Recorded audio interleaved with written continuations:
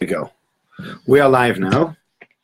Surprisingly, we have not that many people here tonight, but it doesn't matter. The shir goes on. Be a bit shorter tonight, but hopefully Mitzvah Shem will still get a lot of good things out of tonight's shir. So I'd like to start with the following. Moshe Rabbeinu comes to speak to the Jewish people, and he tells them that God has said it's time for you to go out. And there's a question whether or not the Jewish people will listen to Moshe Rabbeinu. And Moshe Rabbeinu was very worried that the Jews actually won't listen to him. And that's actually what the Torah says. You're looking at chapter 6, verse 9, so 320 in the Art Scroll. If you're looking. Hey, Dan, I thought you were at the Daniel Hamburger say, even though he's at the council meeting. That's pretty cool. Okay. Right. So it says the following: Moshe came to Bnei Yisrael. Moshe spoke following to Bnei Yisrael. V'lo shomu Moshe, they didn't listen to Moshe. Mikotze ruach me'avodah kosher. They did not listen to Moshe Rabbeinu. Mikotze ruach, because of shortness of bread, u'me'avodah kosher, and from hard work, hard back-breaking labor, which is interesting. Just reshuffle this. I don't like the way this is looking. I think this is better. Okay. It's interesting to note. So avodah kosher means hard work, but what is kotzer ruach? You know, what does that mean? Well, they had shortness of breath. What shortness of breath are we referring to? Well, in French, they say lack of sitzfleisch. I don't know if they had sitzfleisch. You know, they never got to sit down anyway. You know, we're talking about slaves. What, you know, what's their kotzer ruach? So that Orach Chaim has a very interesting point that he makes. Ooh, Liam, could you give me that bottle of water? That's actually mine. That's great. Thank you. The Orach Chaim makes a very interesting point. And the point the Orach Chaim makes is the following. He says that there are actually two things to keep or bear in mind over here. One is the Jewish people's physical suffering, but the other is the Jewish people's mental state. Right? So not only did the Jewish people suffer terribly, mentally they were broken. Right? And so that is what the Torah means over here. And it's interesting to see that the Torah actually gives us some credibility. We often, or nowadays a little bit less already, we're coming to realize what mental health is, how important mental health is, how debilitating bad mental health can be. You know, people who don't understand, sadly, there are many people who don't understand mental health issues. So somebody says, I'm feeling anxious. All right, just don't worry. Yeah? Do you ever speak to people that have anxiety? And try telling them, don't worry. Yeah? Not only does it not work, I think they find they're being patronized. What do you mean, don't worry? Do you understand what I'm going through? Unless you've ever experienced it, you can't understand it. Or somebody says, I'm depressed, right? Okay, you're depressed. It's a terrible thing. Feel sad, so don't feel sad, right? It sounds easy to say because if you're not in that situation, it's just very easy to say, well, you know what? I understand you feel sad, but, you know, maybe just don't feel sad and that'll do the job. But if you really understand that mental health is something that is beyond just, well, just get over it. Yeah. There are serious conditions. It's interesting. I spoke once to a mental health professional who said to me, many people are willing to invest thousands and thousands of pounds into somebody's physical well-being, but won't even spend £100 on the mental well-being. So the same person, if you told somebody this person has cancer and, you know, yes, it's treatable, but it'll cost £20,000 for all the treatments. You'll find people that put their hand in the pocket. Some people are deeper, some people not as deep. We'll get the money together. Come to someone else and say the same thing. You know what? I know somebody that's going through a tremendous mental stress. He's got OCD. He's got depression, whatever it might be. He's going through. Hi, Alan. Come on in. Have a seat. Thank you. Yeah. You're listening to apologies. That's okay. Fine. Is he at the council meeting? Okay. Sorry. It's all right.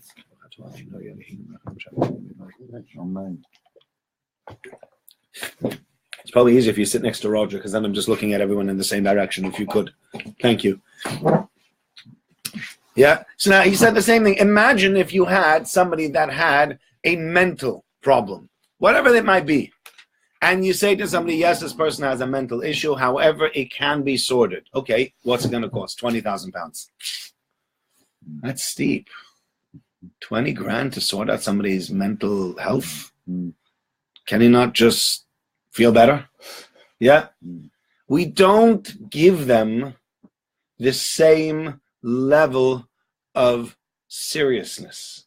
We don't figure mental health as being as important as it really is. And that is the point. There's the first point the Torah is saying. We have mikotzer ruach.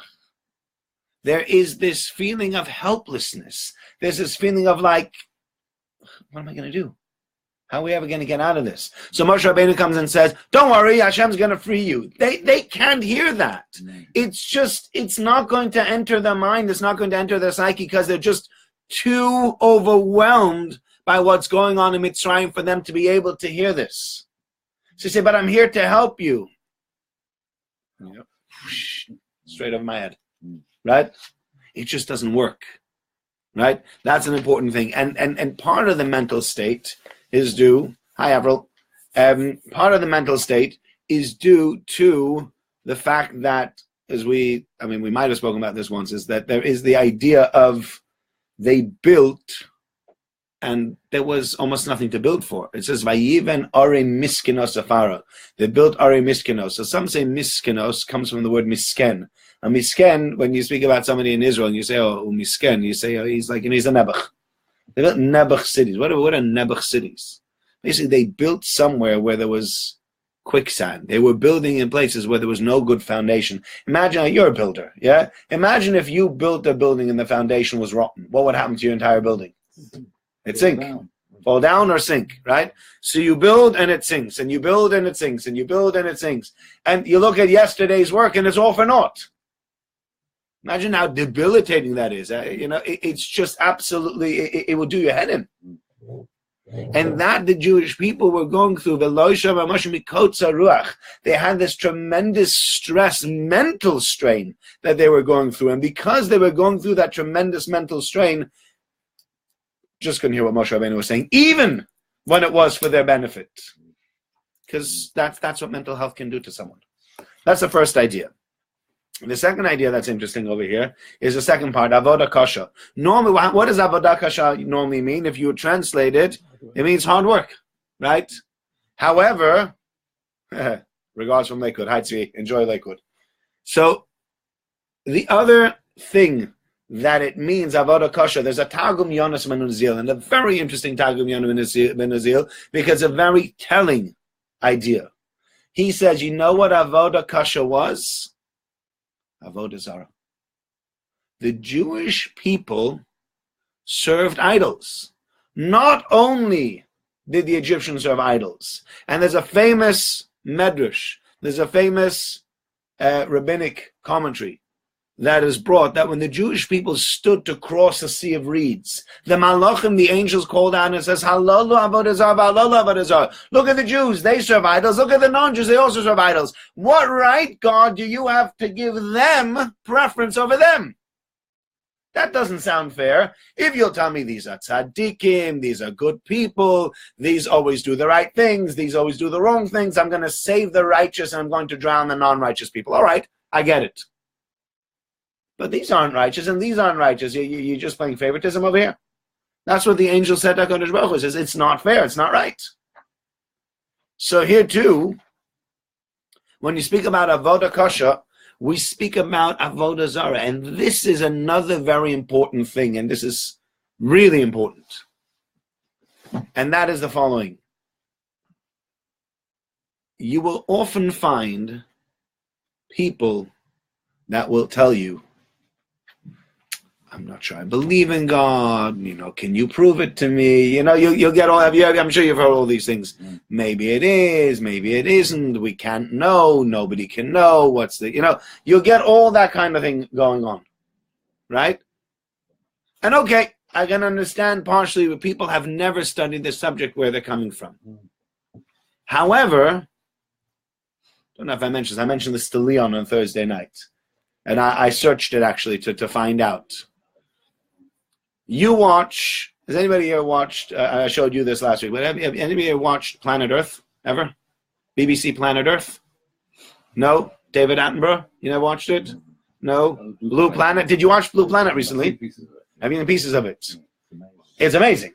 You know? Yeah. It is just unreal what goes on in the, it's unreal what goes on in the ocean. And we've never ever known about this. I mean, I watched this craziest thing today.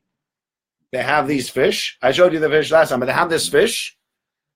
This female fish transforms into a male fish.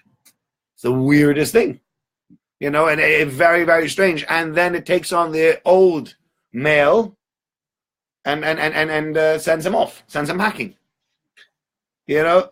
And sometimes you watch how these animals, how each animal, like, you know, I watched, there was hummingbirds and they had these long beaks, very, very long beaks. And they have to get food for their little chicks. But then, imagine you have to take that long beak and you have to stick it into some kind of little chick. How are you going to get it in there? Right? So HaKadosh Baruch Hu, he speaks about, they have to do it with a precision of a sword swallower. Right? Have you ever seen people swallowing swords? Yeah, watch Britain Got Talent or some kind of ridiculous thing like that. You watch people, they go, a sword goes down the throat. You watch them, it makes you nauseous. Is that real? It is real. Yeah. It is real. Yeah. There are people that can do that. People can swallow swords. So I said, but here, this is definitely real because this animal needs to take its beak that's this long and stick into this very tiny little mouth of its chick and make sure he's not going to, like, you know, stab his chick to death every time he tries to feed him. Yeah. And Hashem gave him the ability to do this. The precision is just unbelievable. And you look and you watch the food chains and what works and what doesn't work and the animals and everything that goes with it. And you see the brilliance in all of it. Absolutely. Kulam b'chokhmah asisa. Absolutely. And recently I read somebody, I read, it was probably not so recent, probably a year ago already, where somebody says there's a fellow that wrote a book about atheism. And he said, you know, the atheist will tell you it's all evolution, it all is simple organisms that then evolved into much more complicated organisms. He said, whether you buy that, whether you don't buy that is a different discussion. But he said, but show me a simple organism. That's what he asks. He says a cell, a single cell is so complex, is so complicated that it would take, you know, that the chances are mathematically nil that they would even create a single cell by random design. Nil. There's a greater chance if you take 100 monkeys in a room and let them type that they're going to come out with one of Shakespeare's, you know, To Be or Not to Be. There's a greater chance of that happening than a cell. There's a greater chance of that happening. Which, I mean, and what are the chances? You know, a monkey's going to write To Be or Not to Be. I mean, you're not going to get that. Never going to happen. Yeah? Even less. So people watch these things. So somebody said to me, David Attenborough is an atheist. So I looked it up. Thank God. He's not an atheist. He's an agnostic. You know, because he says, he says, it's too arrogant to be an atheist. He feels being an atheist is a very arrogant thing because an atheist says, I am telling you with complete conviction, I'm telling you with complete certainty that Chas v'Shalom, God does not exist. No such thing. Right? That's already very, you know what I mean? That's already very, sounds very, very arrogant. Like a closed book. Yeah. Whereas you can say, we can't know. We don't know, we can't know. Okay, that's a lot less arrogant. It's not good. But still, yeah. So somebody said to me yesterday or 2 days ago, he goes, you know, Rabbi Kupitz's son sent a letter to David Attenborough asking him why he's an atheist, and he sent him a 3-page response. I said, really? That's amazing. I'd love to read that response. I called Rabbi Kupitz's son. Story's not true, right? Not true. He said, what? You know, David Attenborough previously, what are you talking about? He says, none of my brothers would have done that. I'm the only one of my brothers that has that kind of thing. And no, I've not done it. So it's okay. So that letter doesn't exist.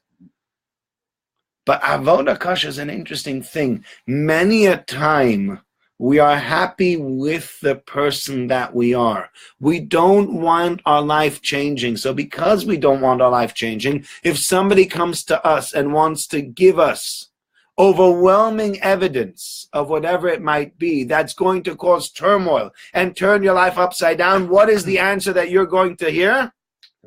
I don't want to know. Life is good. Do me a favor, just leave me alone. Right? I'm enjoying life as is. Do you have to ruin everything? So, unfortunately, when people do want to know, right, it's normally when they're in a situation, something bad's happened, maybe they're down on their fortunes or they've lost their job or something like that, and they're really in a very low point, and this. So they're saying, well, maybe there is more meaning, but and in general, that's what will happen. You will not find people that are up on their fortune that suddenly say, well, I need to find meaning in life. They're like, no, life is good. I'm going to all these parties. I'm buying expensive clothes. I'm going to big holidays, buying my wife expensive jewelry, driving expensive cars. Life is great. You say to him, but you're missing out on life. No, you don't know what my life is like. I'm not missing out on anything. Suddenly his fortune turns and goes, goodness, there's no money left. Now what? Then you say, well, you know, maybe there's some meaning. Yeah, maybe there is something deeper to life other than money. But whilst the money is good, we're going to press on with the money as much as we can. We're not going to take a break from that. And it's interesting because Rav Dessler actually says, Rav Dessler is one of the great thinkers, actually lived in England, lived in Gateshead for a while before he moved to Israel. And one of the great thinkers, Rav Dessler, he said that many people think that they shape their opinions through their intellect. My intellect will shape my opinions. And he says it's not true.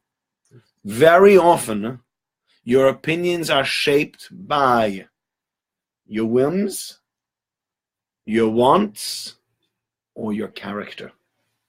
Right? Roger, you're looking at me. Yeah, I understand what you're saying. So you understand what I'm saying, yeah? That people sometimes, you know, if I have a very, very, I don't know, if I have a very arrogant character, then I'll have an arrogant outlook at the entire world, right? I'm just giving that as an example. As an arrogant person, I see the world through an arrogant person's eyes. And therefore, I will think with an arrogant person's mind, which will then give the entire Weltanschauung an arrogant slant to it. Do you see what I'm saying? That when I am or I behave often as I am, right? My thoughts, my ideas come from what I want, and not that I think about it and I've really intellectually figured out what I wanted, and therefore I behave intellectually. There are, I will say, they're few and far in between, but there are people that are actually intellectually honest. Very intellectually honest. But there are plenty of people that are not. So much so that, I'll tell you an interesting thing. They used to say in Kiruv, they used to say in outreach, that if we could teach people about God and get them to believe in God, and we could teach people about Torah and getting people to believe in Mount Sinai, that God gave the Torah in Sinai, and we could teach people to believe that the Torah hasn't changed and that we got the same Torah from 3,300 years ago, people don't have a choice. They're going to have to follow on with us, right? They found that not to be true. That's the interesting thing. People don't behave like that. Just because you know something is logically true, unless you're really a seeker of truth, unless you're the kind of person that cannot overlook the truth, it is possible. I wouldn't say it's probable, but it's quite possible, actually probable is correct to say, that even when the truth is staring you in the face, you will say, but it's not convenient. And so that they've changed. The Kiruv organizations, the outreach organizations have changed their tune from let me prove it to you intellectually, because there's so many people that are not interested in the proofs intellectually, to let me enhance your life. Because if people see, wait a minute, this religion thing enhances my life, this religion thing is actually good for me personally, that's when they start changing. Before that, they won't start changing. Before they'll say, what's in it for me? So you say, well, it's true. So, yeah. I even had a guy in Whitefield once say to me, if God, and I don't know if this is very arrogant or not, but if God appeared to me and spoke to me, I'm not sure I would change my life around. Yeah. Now, I don't know if he knows what it means if God spoke to you. Like, he thinks like God speaks to me like, it's like a rabbi sitting across the stage, he goes, hi, I'm God, nice to meet you. I'm not sure he understood really what it means if God spoke to you, like you would really continue your life the way it is. But be that as it may, as I said. But what he say over here, Moshe Mikotza Ruach Ma'avoda Kasha means the Avoda Zara. It means they didn't want to hear what Moshe Rabbeinu had to say because they were so comfortable. They were so happy with their life. I have this Avoda Zara. I am going to the temples once every 2 weeks. It's great. We don't have that much to do. There's not many mitzvahs. Do whatever you want to. Life is wonderful that way. And you say, well, I have truth to tell you. Do me a favor, keep your truth to yourself. I'm just not interested. Life is too good now, or even though I'm working hard. But life, I enjoy what I'm doing now too much for you to come and to, mix it up. There was I'll finish with this because we have to finish, I have to go. I have another share to give now for my wife in the seed center across the road. So there's a famous story that they tell, and it's a very, very good story.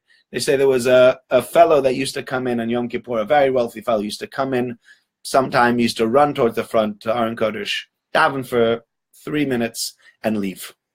And he did this every Yom Kippur, and the rabbi's like, what's this guy doing? Going crazy. Well, what does he want? What is he saying to God? Comes in for 3 minutes, turns around and leaves again. Right? And finally, one year, he's able to sidle up, and he hears the guy, he says 1 or 2 Tehillims, and when he finishes, he looks and goes, God, it's Yom Kippur. Today you decide what goes on. Life is so good at the moment. Do me a favor, just keep out, butt out of my life. Yeah, and then keep yourself away. Don't mess things up, please. And he turned around and left. Yeah, we'll give you your life. We give you a good life, whatever. It's that understanding, and that's the Jewish people. On the one hand, Kotzer Ruach means that emotionally they were so spent they had no ability to hear what HaKadosh Baruch Hu was going to give them. And Avodah Kasha, the other understanding is Avodah Kasha means they had this Avodah Zarah that they were so excited about. They were so connected to this idol worship that if Moshe Rabbeinu were to come and ruin it for them, they would be upset. Why are you ruining life for us when life is so good? Yeah, but we're slaves. Yeah, but still they didn't want to believe. There was still a freedom, even though there were slaves, there was a freedom in being idol worshippers. There was a certain moral freedom that they had. Is this why only a small percentage actually went out? That's an interesting discussion. We'll have to discuss that. Hopefully we'll discuss that next week. Maybe we'll discuss that next week. Roger. I was just going to say that a lot of people are this way because they're frightened of believing. That's true. There is that also. There is a certain. That's what I'm saying. There is a certain they don't resonate, which is why they changed it now to saying, well, if I prove it to you, but I'm frightened to believe. But if I show you how it enhances your life, then it's not as scary anymore. And that's really what it is, to realize that it's an enhancement and not an encroachment on your life. Thank you everybody who joined us here. Thank you everybody who joined us live. Thank you very much. See you next week.